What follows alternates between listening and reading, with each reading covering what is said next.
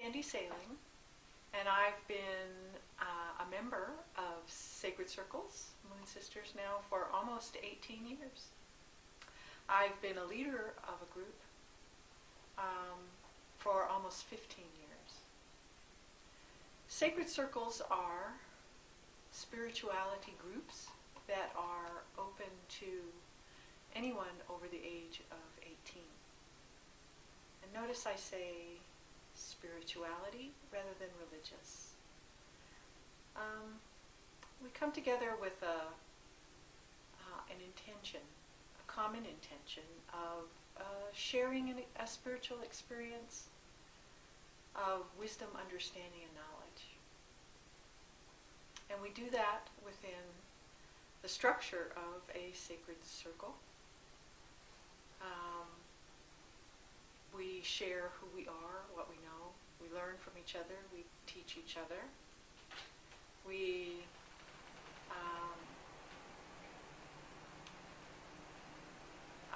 expand our consciousness, so to speak, with the help of each other. Each group, of which there's 9 groups this year, 2012, and 10 leaders. Each group decides what they want to do within their circle once a month during the year. We open up in January for new members, and all we ask is for a commitment to come to each meeting once a month. And then we decide what to do. Sometimes we can do a book, sometimes we do a video, we do cards. It's really pretty much unlimited. Sometimes it'll just be individuals that will present something that they know about, all done within the structure of a sacred circle. They've been, these groups have expanded from one that started in 1994 on a lovely fall day in Grey Eagle, California, where a group of 7 of us got together just to enjoy the day. We, had our bathing suits and food, and just gathering together for a nice outing of a day. But one of our ladies that came, her name was Linda Hicks, wanted to show us her method or system of spirituality. And so we gathered together in this little cabin, and she created a sacred circle for us. We watched a video, and then we had a discussion, and all of us really enjoyed it. Can you tell me what video it was that you watched, and did it inspire you? Yeah, it was called The Burning Times. Yes. And it was very inspirational. Actually, it was not only inspirational, but enlightening for me. It shared kind of a growing modern trend towards women's circles. And it also talked about how women's circles in past history had been seen as a threat by some. Some circles were forbidden. Some people were declared heretics and branded as witches, etc. And now there seems to be a trend where they're coming back with the concept of having a connection, a community. So after we got done with Linda's Sacred Circle and our video, and we all really enjoyed it, we decided to do it once a month. And of course, it just seemed to make sense. Well, what day of the month do we pick? So we decided to try on the full moon. And that led into the name of Moon Sisters.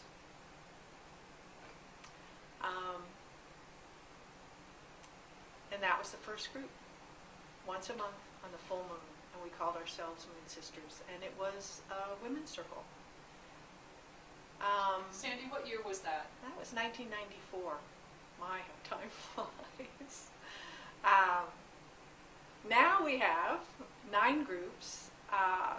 For many years it was Moon Sisters, but in the recent about 3 years ago, one group opened up to having men. So we have 2 groups now that are both men and women, and since we've got men in our circles now, we decided to change our name from Moon Sisters to Sacred Circles.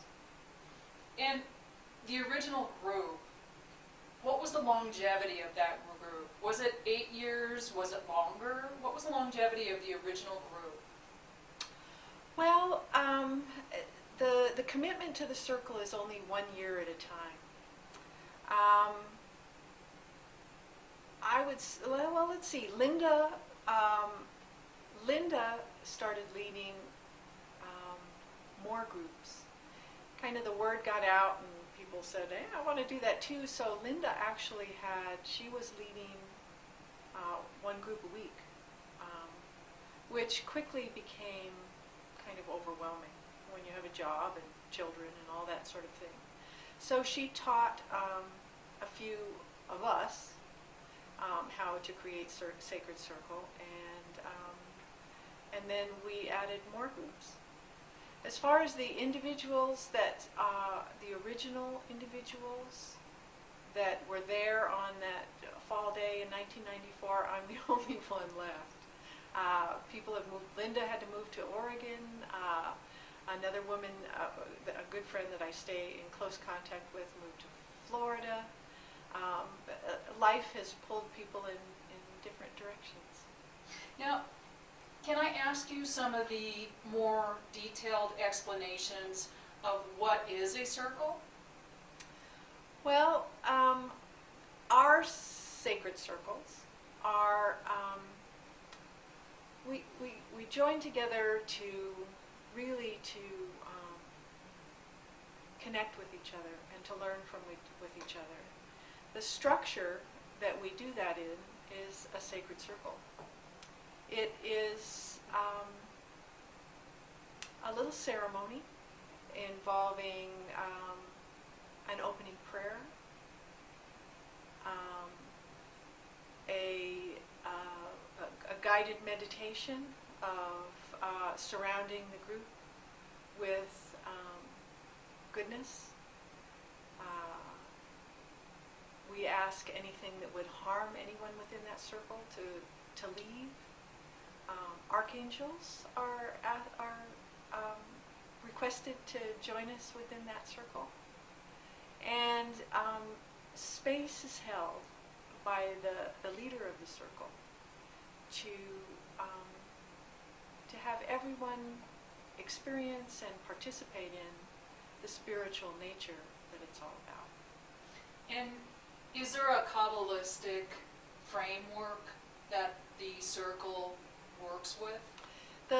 Yes, the symbols and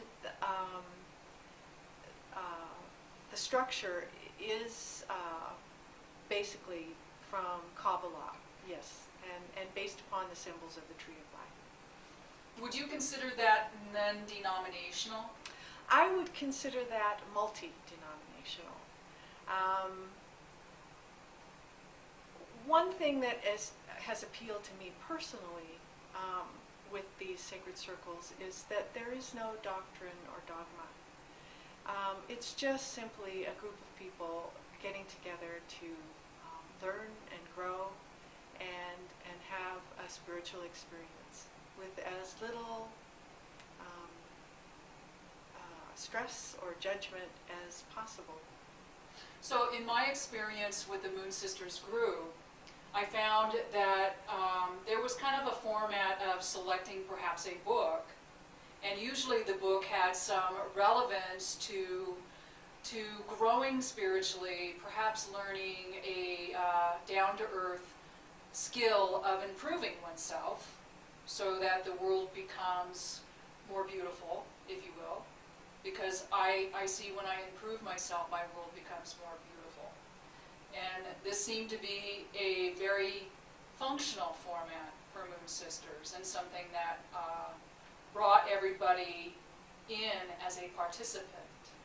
But that's not necessarily the format in the other groups. This was just something, was that part of the original format? The original, the first year, we studied a book called The 13 Clan Mothers by Jamie Sams. And that book was brought up and brought into the circle because it's a beautiful book on symbology. The circle, when we create a sacred circle, we really speak in the language of symbolism. Symbols speak to that deeper portion within our hearts and our minds that sometimes words can't really get to. And that book brought in a Native American tradition. However, the symbols, the colors, its focus was on the moons, actually. The 13 clan mothers are the 13 moons within a year. Harmonized with the Kabbalistic symbols that are used to create the circle in itself.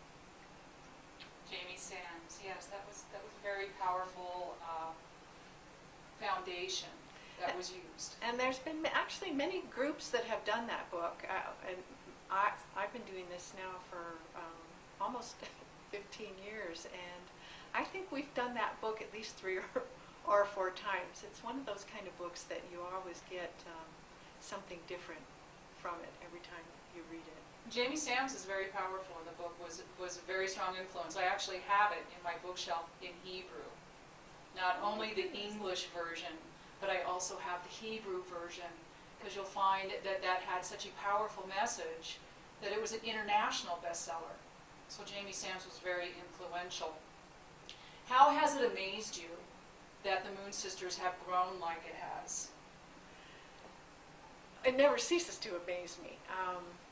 Right now we have about close to 100 members. Doesn't that also include Winnemucca and Carson City? Carson City, Winnemucca has the circle leader that was leading the circle in Winnemucca has had some health challenges. So sweet little Winnemucca is kind of up there on their own for now. But we do have the Carson-Dayton area that does a daytime circle from, I think it's from 11:30 to 2 or something like that. All the others are at nighttime and in the Reno, Sparks, Nevada area. You've also done a lot of community service, and my understanding is that Moon Sisters has participated in generating garage sales to raise monies to donate to specific functions, and probably quite a few of the people that are involved in Moon Sisters have some kind of community volunteering or some kind of involvement to making the community better, but it's informal. It's very informal. The past 4 or 5 years we've had a group of leaders that is actually another circle within itself. And we get together we just had our first meeting, and one of the first things on the agenda is deciding what kind of community assistance or charity that we want to do. And every year is a little different. We've had garage sales and food drives, and we did backpacks for a school one year. That was fun. Mm-hmm. This year I think we are going to join into one of the the walks, but I'm not sure which one yet. That's still being looked at. Well, Sandy, I want to thank you for telling me and sharing with everyone what the Moon Sisters are about and how they originated. I think it's been very inspiring how this has grown into a phenomenon where people can get support, bonding, and community through a multinational, multi-denominational there you go. Spirituality. I really like that because it's like the hub of diversity. Thank you, Sandy. Do you have anything you'd like to say as like classes that might be offered, or is there anything that you would like to say as a parting? No, I'm just grateful for all of the people that have come together and been attracted to this. It's such a wonderful opportunity to come together and learn and grow and have a spiritual experience in a safe and sacred way.